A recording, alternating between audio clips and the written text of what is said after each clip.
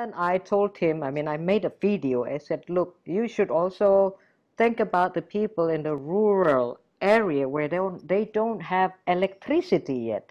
And a lot of people in Indonesia do not possess smartphone yet, let alone an internet and all that stuff, you see. We also have to think about the solution for the people who live in the area where they don't have electricity and no access to the internet. And also, the government should give or should provide a free access to the internet to the youngsters, to the elementary school, and all these people who cannot afford to buy, for instance, like $20 for 3 gigabytes and how do you call it in English again? When you buy prepaid Credits, credit, prepaid credit. exactly. So that, and that went viral because my video, you meant, ooh, Deviana criticized the government. I said, I'm not criticizing, I'm giving a solution. It's not critics. And then the second is that regarding education, like recently, I had a webinar with facilitated by the Ministry of Education and Culture. So they were talking mostly about the digital pandemic and digital. I said, look, let's go back again to that what I had said before. Why not put everything on the meadow, outdoor? You know, that is one of the solutions for Yeah. outdoor. For the people especially who do not possess all these facilities to have this online and online. Think about these people because they are like 40% of our population, right? So I told them about this and then, yeah, they considered that, no, that's considered, man, you have to do something about it. So now I went viral because I have been interviewed lately by let's say a number of media. So I'm on media, nothing. Again, Deviana. Again, Deviana, the controversial figure in Indonesia. I don't care because what I'm saying or what I told them is something that is right. That is humanity. Okay. So now regarding education, what we're doing now, they were asking me, how do I tackle the problem? What to tackle, I said, because our focus is not on performance at the moment. Not at the moment. Our focus is on the education. And what we do is thank to the universe, I said, that everyone here, they possess a smartphone and they know how to operate all that application. So we do it online.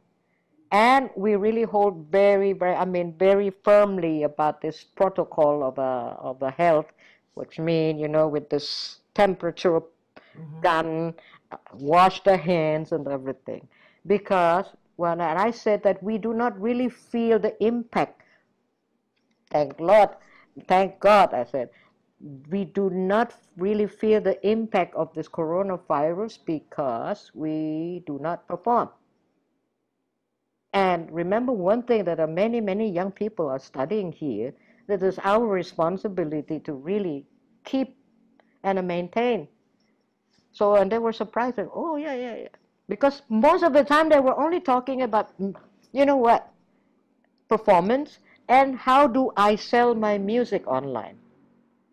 So, and then before they even sell their music, what they said was, I am not so sure if the people are going to buy my music. And then so I said, if you are not convinced about your product, then don't sell at all. Because every artwork has a soul. If you have a story behind that, you should tell the story. So why the international famous musicians, why they are famous and sold like millions of albums, Spotify, well, let's do not mention that Spotify and all that stuff, but you know why? Because they have a story, they have experience, and they tell the story. It's not about, you play the lick and then just combine, and you think that when you combine the Indonesian elements and then the Western element, and you think that is something great, but you are not convinced about what you do. So do not sell. First of all, you have to convince. to be convinced. So that's one. And then my other question is that, yeah, I mean, you mentioned already about people that don't care about arts and culture. This is one thing that is so funny in our world, Veronica, my dear friend. Why do so many people do not consider art and culture as the most important basic for human being, besides eating, drinking, economy? They're always only talking about economy, economy. What is your opinion? Well, I think that, culture is what we do and how we live. Right. And art is the way that we express that. And it's very basic. It's very basic, like eating and getting up in the morning and, what we do throughout the day and clothes that we wear and all that. That is so ingrained and so immersed into our everyday life Hmm. that, I think that we take it for granted. I think a lot of things in this case with art and culture is taken for granted. But I think that we also use that, unconsciously when we need to fight for an ideal. So like when we have like our views or our ideas about something, like my culture is better than your culture, or my belief, whereas I believe religion is also part of a culture, Right. is more important or it's more valid in all of this sense. So we'll use that platform in order to debate, and I'm using debate in a very, very loose Yeah, yeah, yeah. way, but it really is that I think that we take everything else of culture that's part of our culture, and we just take all of that for granted, and we don't look at that saying, okay, there is a dependent origination, there is a connection Hmm. that is inside my life every day. If you're eating certain food, sometimes, like we like in the United States, we've come to eat Thai food or Indonesian food or different dishes or French cuisine or whatever those things are. We have taken that part of their culture and we've just kind of rolled it into what we do every day. But it's still a culture, still part of an area in which this is where they did this every day. It was part of their life. And that's a beautiful thing because it is a diversity that we've come to accept and not separate ourselves from it. We've allowed it to just kind of be a part of what our everyday life is. So I think with arts and culture and the music and the way we express culture, which is what I was saying earlier with arts and with music, with poetry, with writing, with film, with dance, with even in design and architecture or graphics or whatever aspects that give beauty and have in its expression, as you were saying, someone telling their story. It's through art that we tell the story of our culture. And so I think that people take it for granted.